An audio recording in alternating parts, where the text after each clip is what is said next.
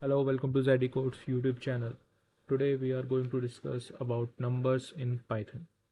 So in Python 3 we have three types of number. First one is integer, then we have float, and then we have a complex number.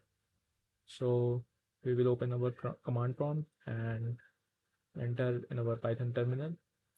Now we will see a equals to 5.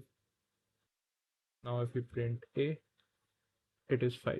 Now if we want to check its type, we can do like this: type, and we pass the variable. As you can see, it is an integer.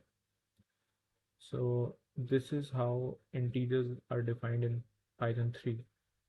In Python 2 we have a concept of long, but in Python 3 we only use int here.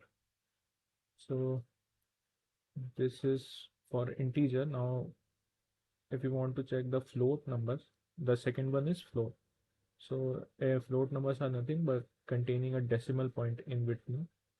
So if we assign some value, let's say 2.7, and if we print it, it will come like this. Now we want to check the type, what type this variable is. We can do like this and check its type. We can see it is a float. This is how you can check float in Python, and this is how Python accepts float. Now the next part we will discuss about complex numbers. Now complex numbers in Python are assigned like this. Let's say complex 2 plus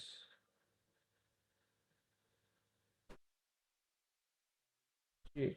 Now we know from maths that the root minus 1 is called I. Here we use j, and some engineers also use ji.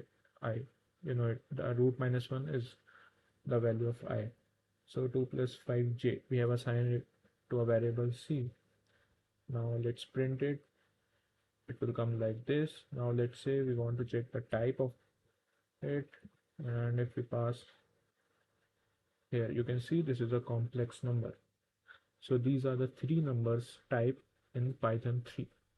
So we will thank you for watching this video. We will meet you in the next one.